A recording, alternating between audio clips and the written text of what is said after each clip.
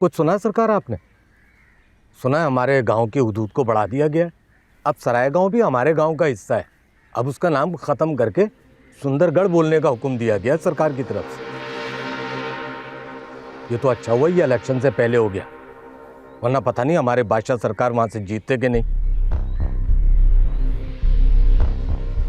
तुम जाओ। सरकार एक अर्ज करनी थी।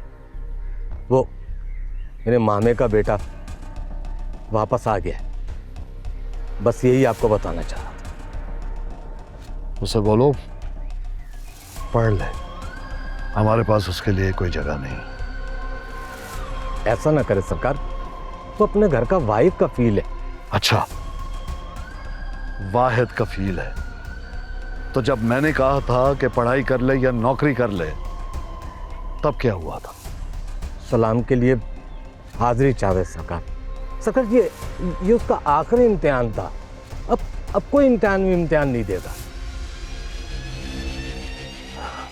ठीक है, बुलाओ उसे इधर। जी सरकार।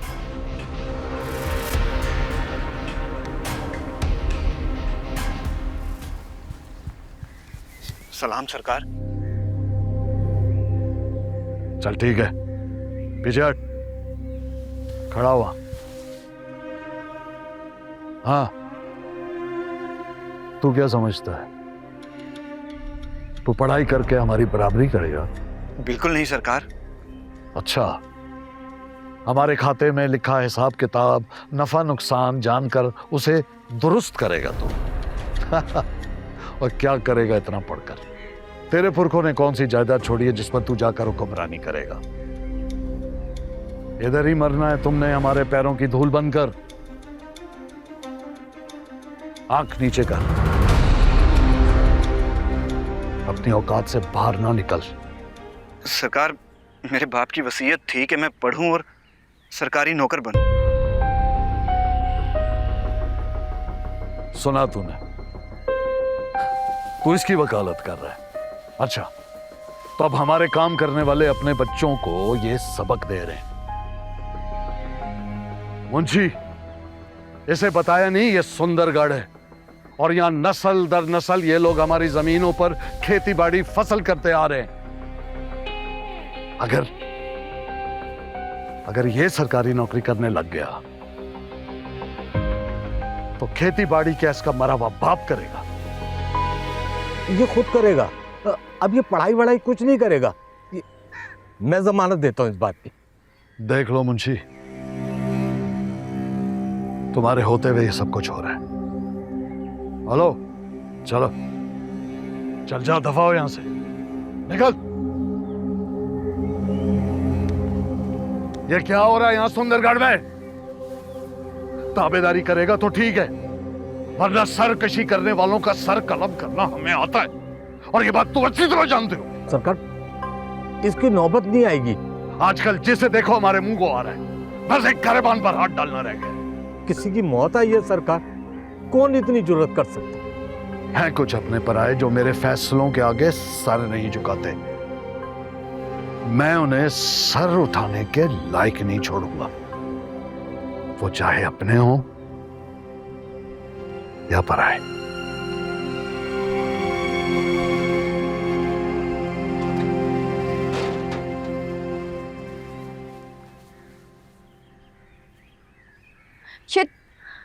ये तो हमारे कपड़े धोने की मशीन है। तो तुमने ही तो कहा था सुंदरी रमजान भाई से कि मेरा सामान तुम लोग ले लो। नहीं, मैंने ऐसा कुछ नहीं कहा था। ये तो बहुत बुरा किया रमजान भाई ने, सुंदरी का सारा सामान लूट लिया। ये तुम क्या हर वक्त हमारी दीवार पर टंग जाती हो? हैं? हम जाने सुंदरी जाने क्या सही है क्या गलत है। हाँ, और सुंदरी, तुम्हें मालूम है तुम्हारी और तुम्हारे बाबा की किताबें इन्हीं के बेटे ने बेची हैं 3 डब्बे वाले को। फिर मेरे बाबा की किताब, मेरी किताबें? हाँ, और तो और तुम्हारी माँ की तस्वीर भी नहीं छोड़ी, वो तक बेच डाली इनके बेटे ने वजन बराबर करने के लिए। आई बड़ी हमसे लड़ने वाली। सोच भी नहीं सकती थी कि आप लोग यूं करेंगे हमारे साथ। मैं आपको क्या समझती थी और आप लोग क्या निकले। हमें क्या पता था कि तुम वापस आ जाओगी। हमने तो अपने आशिक भाई की निशानी समझकर अपने पास रख लिया सामान, मैंने तो सिर्फ बिजली का सामान उठाया था। कमरे का फर्नीचर तो वो सामने सब्जी वाला ले गया। टेबल और कुर्सियाँ तीनों भाई ले गए और आप आ गई हमसे लड़ने के लिए। आप लोग इंसान नहीं, लालची गवार हैं। ऐसा कौन करता है कि किसी के घर का सामान उठाकर ले जाए? पड़ोसी तो अपनों से बढ़कर ख्याल रखते हैं। आप लोग तो चोरों से भी बदतर निकले। शर्म आनी चाहिए आप लोगों को। मेरे बाप का कफन भी मैला नहीं हुआ। मैं दरबदर हो गई। बजाय इसके कि मेरा हाल पूछने आए, मेरी मदद को आए, आप लोगों ने तो हमारा सामान ही लूट लिया। और आप वहां खड़े क्या देख रहे हैं? आए मेरे साथ मशीन उठवाएं।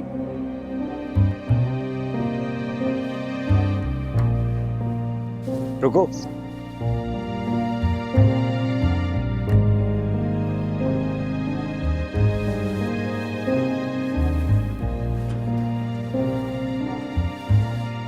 ये रख के जल्दी वापस आना। फ्रिज वगैरह भी यहीं से उठाना है। मर गए।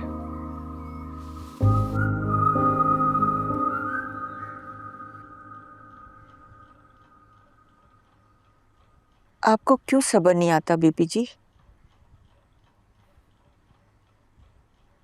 जो लोग जिंदगी से निकाल दिए जाए ना, उन्हें रो धोकर भुला देना चाहिए।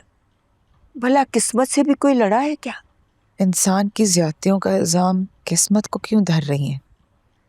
जालिम को ताकतवर सिर्फ इंसान की बुरी किस्मत ही बनाती है।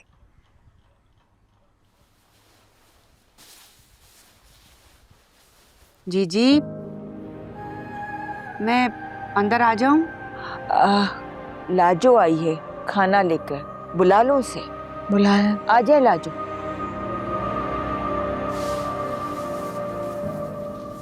लाजो इधर आ।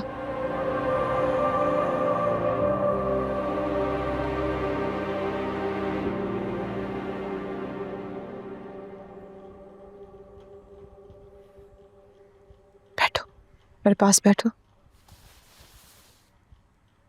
सुना है तुम्हें गैब का इल्म है, फिर तुम्हारी दुआओं में असर कैसा होता? मेरी दुआ में असर है जीजी? हाँ, बादशाह कह रहा था वो तुम्हारे दम से ठीक हुआ है। बादशाह सरकार को कोई शक हो गया होगा जीजी। मेरी दुआ में असर होता तो मुझे मेरी मां ना मिल जाती।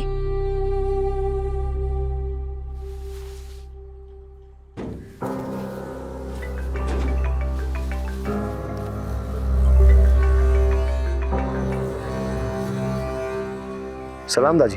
दफना दिया उसे? जी। कहाँ? सिराय गांव। इश्कबाज, कितना भागा हूं मैं उसके पीछे। अपने गांव में दफन नहीं होने दिया। कुदरत ने उसकी कब्र को सुंदरगढ़ में मिला दिया और तुझे भी अकल नहीं आई। जाकर करीब वाले गांव में दफन कर दिया। 3-4 गांव छोड़कर नहीं दफन कर सकता था। माफी चाहता हूँ दाजी, डेड बॉडी खराब हो जाती, वक्त बहुत कम था। तो सब मैं देता उसकी बॉडी को। बेटी कहाँ है उसकी? जी उसी को छोड़ने के लिए आया हूँ।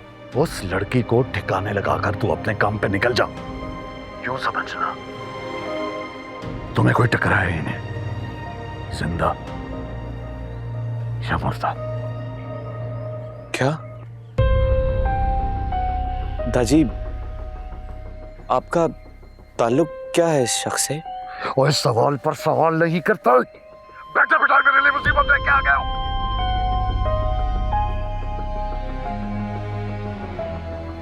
तुमने आशिक अली का नाम तो नहीं लिया बादशाह के सामने? नहीं। लेना भी मत, भूले से भी नहीं और मर के भी नहीं। जो हुक्म दाजी, नहीं लूंगा। याद रखना, चाहे क़यामत क्यों ना आ जाए, आशिक अली का नाम तेरे मुंह से नहीं निकलेगा किसी के सामने। जी दाजी, नहीं लूंगा। हवेली में भी नहीं, ना किसी मर्द के सामने, ना किसी औरत के सामने, समझे? जो हुक्म दाजी।